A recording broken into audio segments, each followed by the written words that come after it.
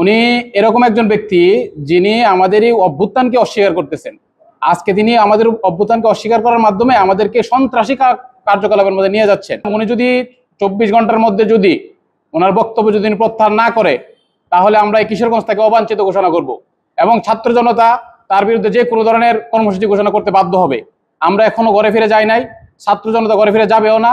যদি আমাদেরকে কোনোভাবে হয়রানি করা হয়, কোনোভাবে যদি আমাদেরকে অস্বীকার করার প্রবণতা দেখা যায়, এই রাজপথে আমরা আবারও নামবো। বিএনপির ভারপ্রাপ্ত চেয়ারম্যান জনাব তারেক রহমানের দৃষ্টি আকর্ষণ করছি, ওনাকে অতি সত্বর তার পদ থেকে যেন বহিষ্কার করা হয়। জনাব ফজলুর রহমান সাহেব ওনার যে কুরুচিপূর্ণ বক্তব্য এই জুলাই গণঅভ্যুত্থানের, তারা বছরের পর বছর ধরে ফ্যাসিবাদ বিরোধী আন্দোলনের সাথে সম্পৃক্ত। আপনি প্রথমেই আমরা বৈষম্য বিরোধী ছাত্র আন্দোলনের সংগ্রামী সাবেক আহ্বায়ককে